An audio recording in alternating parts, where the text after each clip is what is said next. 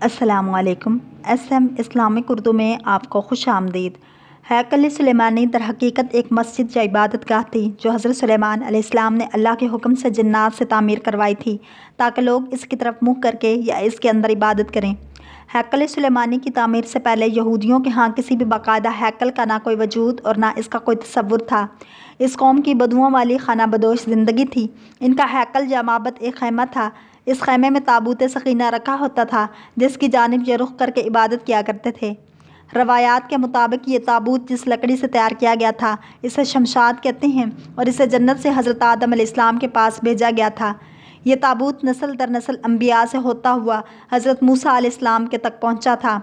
اس مقدس صندوق میں حضرت موسیٰ علیہ السلام کا عصا، من و سلوہ اور دیگر انبیاء کی یادگاریں تھیں۔ یہودی اس تابوت کی برکت سے ہر مصیبت و پریشانی کا حل لیا کرتے تھے۔ مختلف اقوام کے ساتھ جنگوں کے دوران اس صندوق کو لشکر کے آگے رکھا کرتے، اس کی برکت سے دشمن پر فتح یاب ہوتے۔ جب حضرت داؤد علیہ السلام کو بادشاہت عطا ہوئی تو آپ نے اپنے لیے ایک باقاعدہ محل تعمیر کروایا۔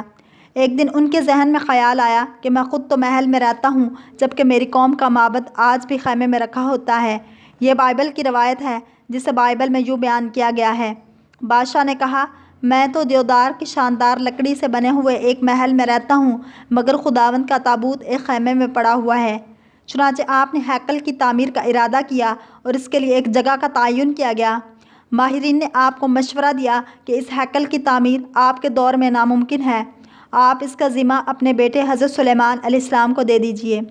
چنانچہ حضرت سلیمان علیہ السلام نے اپنے دور حکومت کے 4 سال میں اس کی تعمیر کا باقاعدہ آغاز کیا۔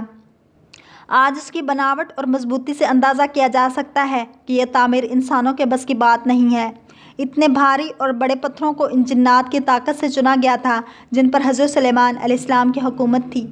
ہیکل کی پہلی تعمیر کے دوران ہی حضرت سلیمان علیہ السلام اس دنیا سے رخصت ہو گئے، لیکن جنات کو پتہ نہ چل سکا اور انہوں نے ہیکل کی تعمیر مکمل کر دی۔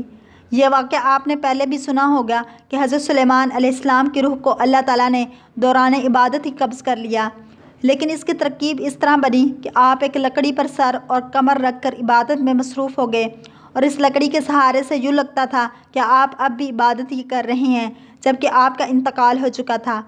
بہرحال یہ ہیکل، معبد یا مسجد بہت عالی شان اور وسیع و عریض تعمیر کی گئی تھی۔ حضرت سلیمان علیہ السلام کی وفات کے بعد اس میں 3 حصے کر دیے گئے تھے۔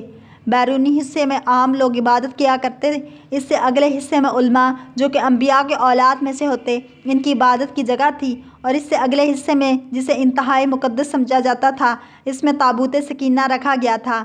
اس حصے میں کسی کو بھی داخل ہونے کی اجازت نہیں تھی سوائے سب سے بڑے عالم پیش امام کے۔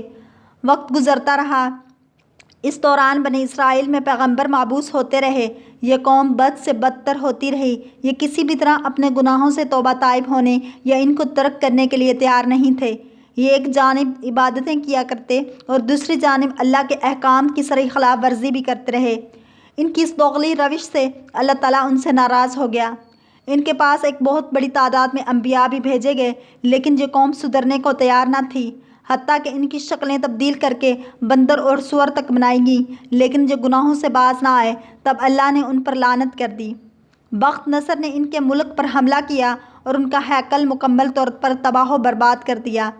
ہیکل میں سے تابوت سکینہ نکالا، 6 لاکھ یہودیوں کو قتل کیا، تقریباً 2 لاکھ یہودیوں کو قید کیا اور اپنے ساتھ باب العراق لے گیا۔ شہر سے باہر یہودی غلاموں کی ایک بستی تعمیر کی جس کا نام تل ابیب رکھا گیا۔ 70 سال تک ہیکل صفحہ ہستی سے مٹا رہا اور دوسری طرف بخت نصر نے تابوت سکینہ کی شدید بے حرمتی کی۔ آپ اندازہ کیجئے یہودیوں کو جس بستی تل ابیب میں بخت نصر نے قیدی بنا کر رکھا تھا وہ اس کو آج تک نہیں بھولے۔ انہوں نے اسرائیل بنانے کے بعد اپنے ایک شہر کا نام تل ابیب رکھ لیا، جبکہ ہم مسلمان اس مسجد اقصیٰ کو بھی بھول چکے ہیں جہاں ہمارے نبی اکرم صلی اللہ علیہ وآلہ وسلم نے معراج کا سفر شروع کیا تھا۔ یہودی آج تک بار بار گرائے گئے ہیکل کو نہیں بھولے، حتیٰ کہ اس میں رکھے تابوت سکینہ کی تلاش میں پوری دنیا کو کھود دینا چاہتے ہیں۔ جبکہ ہم کو یہ بھی یاد نہیں کہ عراق میں کتنے انبیاء اولیاء کے مزارات پچھلے کچھ عرصہ میں بم لگا کر شہید کر دیے گئے ہیں، وہ بھی اس تنظیم داعش نے کیے ہیں جن کے تانتے بانتے اسرائیل سے ملتے ہیں، جن کے لیڈر ابو بکر بغدادی کا بیان تھا کہ خدا ہمیں اسرائیل کے خلاف جہاد کا حکم نہیں دیتا۔ اس تنظیم کی ساری توجہ مسلمانوں کو مارنے میں ہی لگی رہی اور اب تک ہے۔